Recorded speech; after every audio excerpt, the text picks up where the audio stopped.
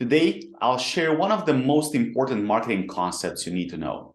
It may seem basic at first, but it's foundational. You may have heard of cold, warm, and hot leads, but what does it actually mean? Because we aren't really setting people on fire now, are we?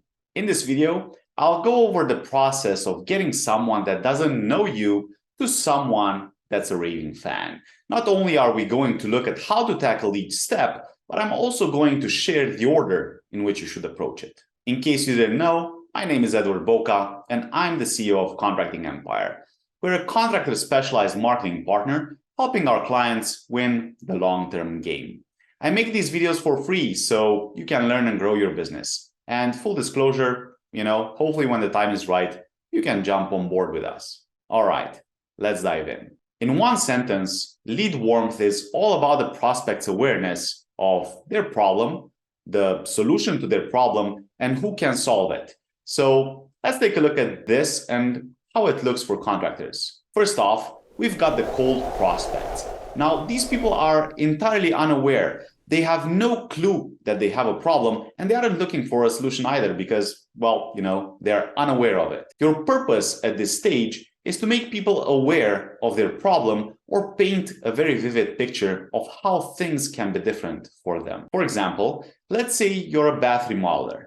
Now, you know that when there's any sign of mold, that means that there are some issues there, right? There's either a high moisture level, humidity, bad ventilation, or, perhaps the surfaces aren't cleaned right. Maybe there's a plumbing issue, but the prospect doesn't know this. So it's one of those things that you can write or talk about through your marketing and bring it to their awareness. In terms of painting a vivid picture, let's say you're a landscaper. You can show prospects the difference between a landscape that has tender loving care and one that's been abandoned. That may give some prospects the idea that there's something wrong with their landscape. And there's a good chance that they haven't even thought about the fact that there's a problem until you pointed it out. Because people are unaware, they aren't looking for anything in particular. So you have to get in front of them somehow.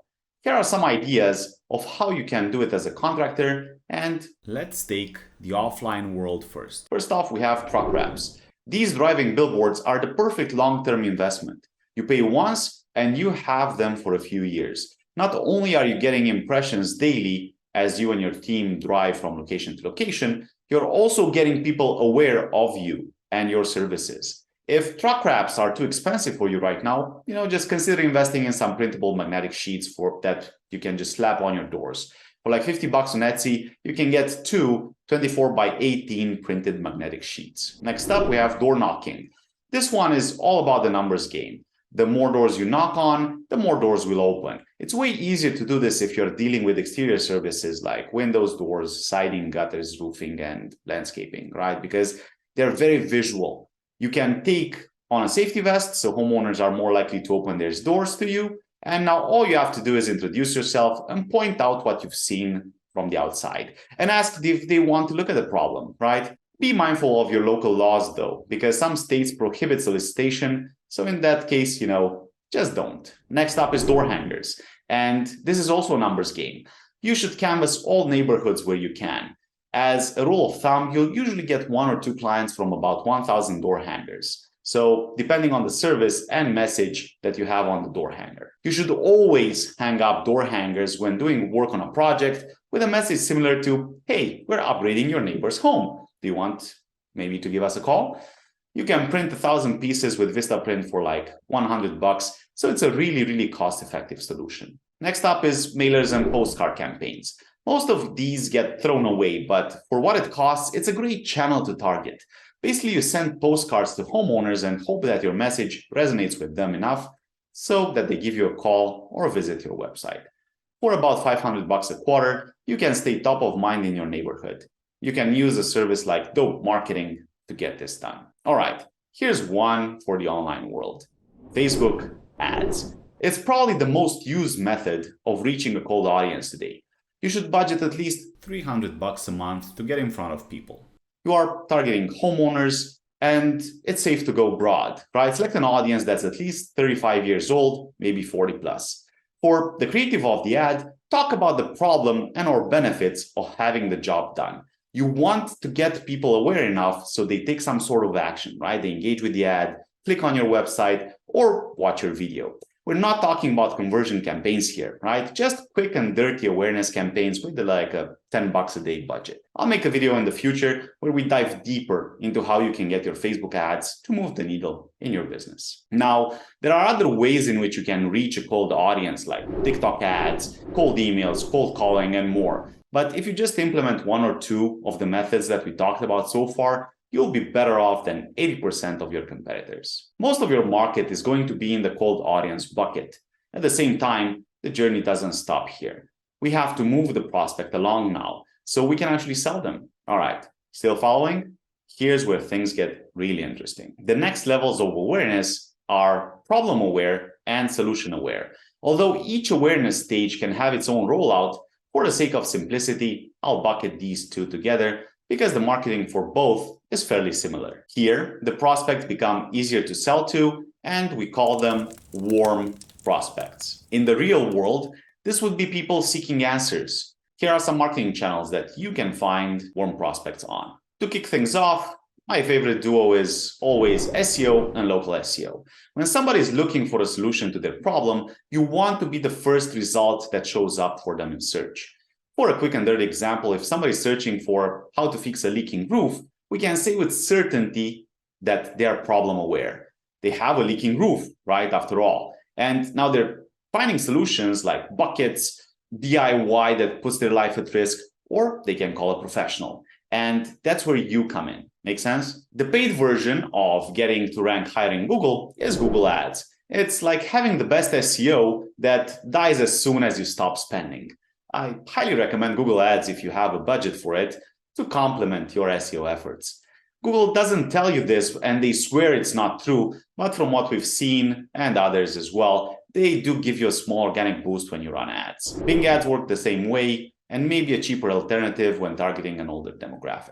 Google local service ads are a special kind of ad that goes into the category of performance marketing. In performance marketing, you only have to pay for results.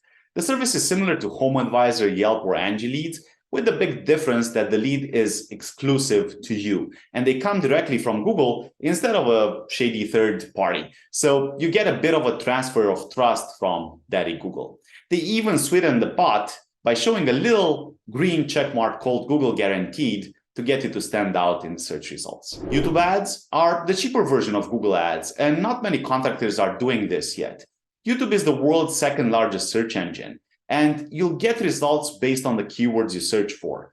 So you can target people that are at least problem aware, right, at this stage, and maybe they're looking for a solution. The thing is that at the solution aware stage, it's full of DIYers on YouTube. Still, YouTube is a great platform to build on your brand, and even if done organically, it'll help you round out your SEO efforts. Retargeting ads are great for people that have interacted with your content already, so they may have visited your Facebook profile or website or Instagram or whatnot, and now you're showing them ads. These ads will always be cheaper than conversion type ads, and they have the role of creating multiple touch points in the buying process.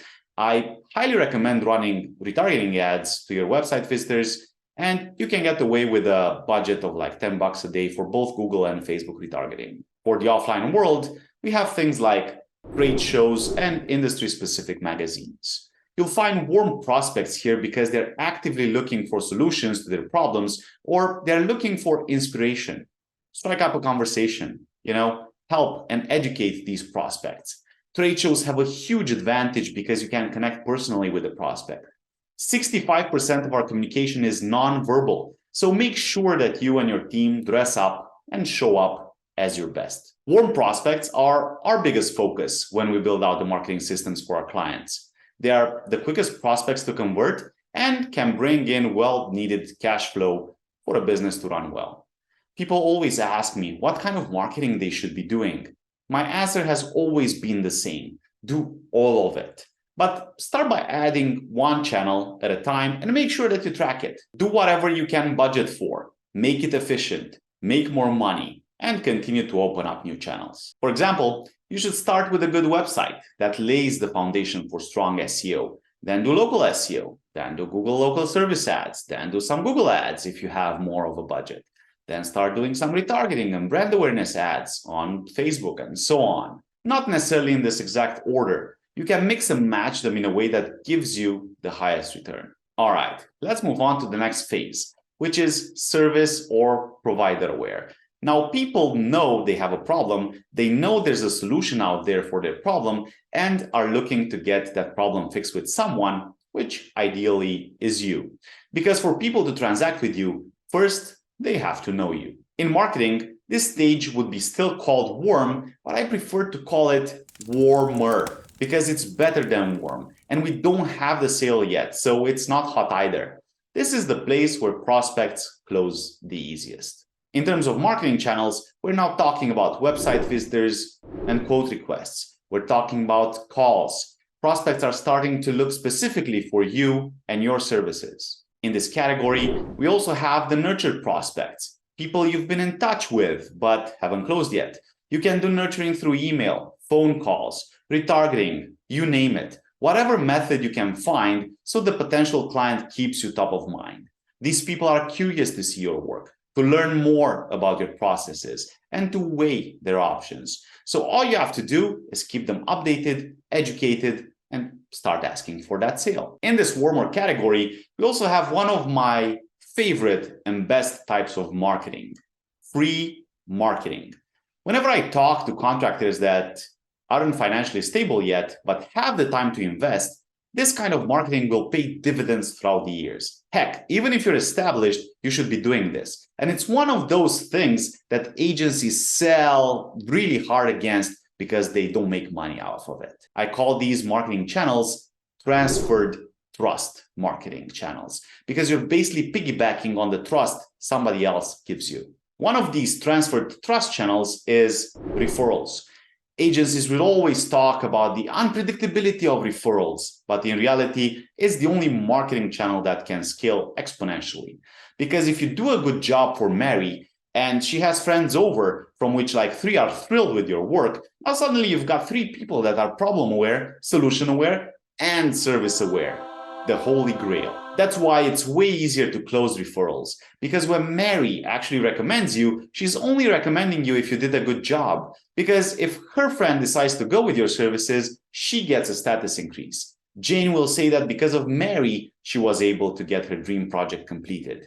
It's a winning formula. Our business right now is 90% referrals, and it's actually quite predictable. Because we do a good job, our clients like to say nice things about us without us even asking for it. And it matters because it's a shady marketing world out there with agency bros for all around the world. You know what I mean. You get the cold emails and phone calls, right? The other huge transferred trust channel is partners. Partners are any people upstream or downstream that can send prospects your way. Your whole goal is to reach out to these industry partners and build a relationship with them. It's not about the money, it's not about the profits, it's about how you can add value to their lives, and they'll reciprocate. We're talking here about designers, realtors, architects, engineers, material vendors, insurance agents, property managers, general contractors, subs, what else? Plumbers, for example, for remodeling. They're one of those secret weapons that top remodelers use. Plumbers are always in the house and they have access to either the bathroom or the kitchen, and they can get the homeowner problem and solution aware while also talking nicely about you, making them provider aware. There are a lot of people that you can build a long-term relationship with. This part may also look intimidating, but realistically, if you only reach out to, let's say, one designer daily for 20 days, you're sure to build a relationship with at least one person. And perhaps in the short term, it doesn't really amount to much, maybe like 2-3 jobs per year. But now, if you keep on doing this monthly, at the end of the year, you should have 12 partnerships. Let's say that they each produce only 2 jobs for you per year. That's an extra 24 jobs. At $50,000 job average, that's like $1.2 million worth of revenue from your partners. And it's mostly for free, because realistically, you'll still pay with time to build these relationships, but it'll make all the difference in the world when times are uncertain. It's a marketing channel that not many contractors master, but it's the best one to work on. And now, for the last stage of awareness, we have the most aware. These people have given you money. So we're talking about past clients and current clients. This is one of the most valuable assets that you can have in your business. A client list. You can always get in touch with them. You can always send them a postcard. You can always call and ask for a referral or hit them up just to see how they are. You should always nurture your clients. If you've got a client list of 100 people that you've lost contact with, call them and see how they've been. See if the project you did for them is still holding up well. And tell them that you have a few slots open if they can refer someone to you. The worst they can say is no, right? But realistically, you'll get at least a few clients from basically 2 days of calling. Now that we've covered all of the awareness stages and we understand what prospect warmth means, we want to know what marketing channels to start from, right? In short, you should start with the lowest hanging fruit. To build a $5 million a year contracting business, all you have to do is start from hot, move on to the warmer, and then warm stages. That will comfortably get you there. From the cold marketing channels, you should definitely get your truck wrapped, get yard signs, and at least some business cards. Past this point, you'll want to start doing more of the cold ads. Get in front of audiences you aren't targeting through the other channels.